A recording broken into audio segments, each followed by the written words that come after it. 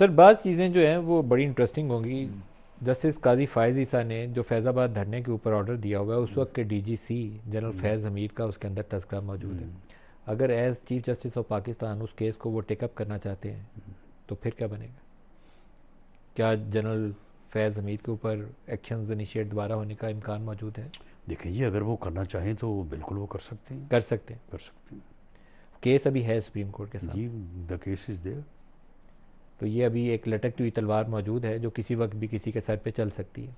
नहीं, मैं नहीं समझता कि अगर किसी बंदे ने कोई ऐसा किया है जिसकी रिपरकशंस हैं और जिनके ऊपर बात हो सकती है, होनी चाहिए, तो उसके ऊपर मैं नहीं समझता कि ये कोई तलवार लटकाने वाली बात है। सर बहुत सारी तलवारें हैं इस वक्त हमारी सियासत में। 9 मई बज़ाते खुद एक बहुत बड़ी तलवार है जो बहुत सारे लोगों के सर के ऊपर लटक रही है।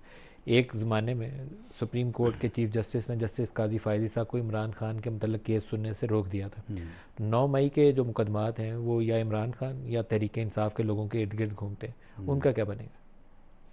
नहीं, देखिए, मैं समझता हूँ कि काजी फैज़ ईसा का जो रिकॉर्ड है, जिस तरह से उन्होंने सारी ज़िंदगी एज जज उन्होंने काम किया है, मेरा नहीं ख्याल कि वो भले इमरान खान का केस हो या किसी और का भी केस हो, इवन वो जनरल फैज़ हमीद साहब का केस क्यों ना हो, कि उसमें वो नाइंसाफ़ी से काम लेंगे और मेरिट से जो है वो हट जाएंगे।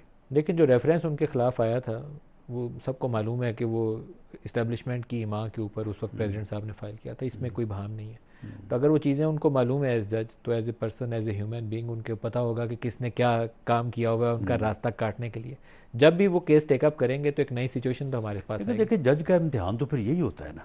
एक जज जो है, तो आम नॉर्मल हालात में तो इंसाफ उसके लिए कोई ऐसा कोई मुश्किल काम नहीं होता, लेकिन ऐसी सूरत हाल में अगर वो इंसाफ करता है, ऐसी सूरत हाल में वो अगर वो मेरिट के ऊपर जाता है, तो यही तो फिर जजशिप है। सर एक और जिसका कभी इम्कान मुझे लगता है, वैसे तो जस्टिस जवादस खाजा ने वो पिटीशन फाइल की सिविलियंस के मुकदमात फौजी अदालतों में, मेरा नहीं ख्याल है कि काजी फ़ायज़ ईसा की अगर आप माजी उठा के देखें कहीं पे उस चीज़ को जस्टिफाई करेंगे कि सिविलियंस के मुकदमात फौजी अदालतों में चलने नहीं, चाहिए। तो सिविलियन के मुकदमा फौजी अदालतों में बिल्कुल नहीं चलने चाहिए। नहीं चलने चाहिए। नहीं चलने चाहिए। 9 मई के वाक़यात के बाद भी। नहीं, 9 मई के वाक़यात जो हैं वो, उसमें सिविलियन के मुकदमा फौजी अदालतों में चलने वाला मामला ही नहीं है।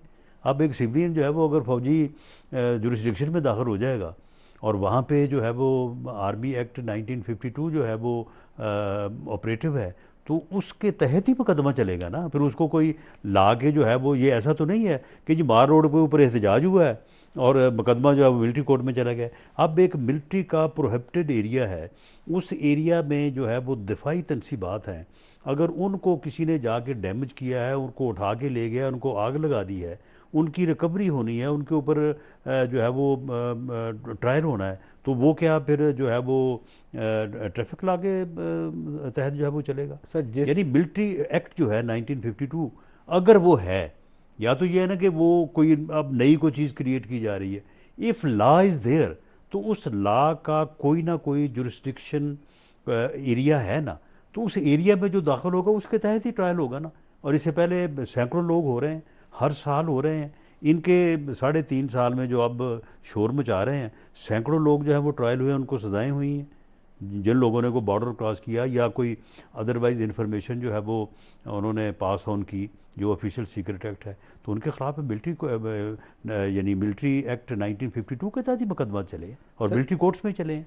सर जिन तहरीक इंसाफ के पोलिटिकल लोगों को आपने एमएनएज या एमपीएज को पकड़ा हुआ है, तो क्या उनके मुकदमात अब आप फौजी अदालतों में चलाएंगे? नहीं, तो क्या एमएनए एमपीएस को इस बात का जो है वो इख्तियार हासिल हो जाता है कि वो आपके दिफाई तनसीबात को नुकसान पहुँचाएँ, वहाँ पे जाके मुदाखलत करें, वहाँ पे हमलावर हो जाएं, शोहदा की जो है वो जो उनकी यादगारें हैं उनको जाके ह्यूमिलिएट करें, उनके ऊपर जाके डंडे बरसाएं, उनको आग लगाएं। तो क्या ये उनके लिए, ये एमपी एमएनए या अगर कोई आदमी पॉलिटिकल वर्कर है, तो उसको पॉलिटिकल वर्कर होने की बुनियाद के ऊपर वो उसे खुली आज़ादी है देखें कि वो जो जो भी करेगा, तो उसको जो है वो इस बात की आड़ में कि वो क्योंकि पॉलिटिकल वर्कर है तो उसके खिलाफ मुकदमा नहीं चले।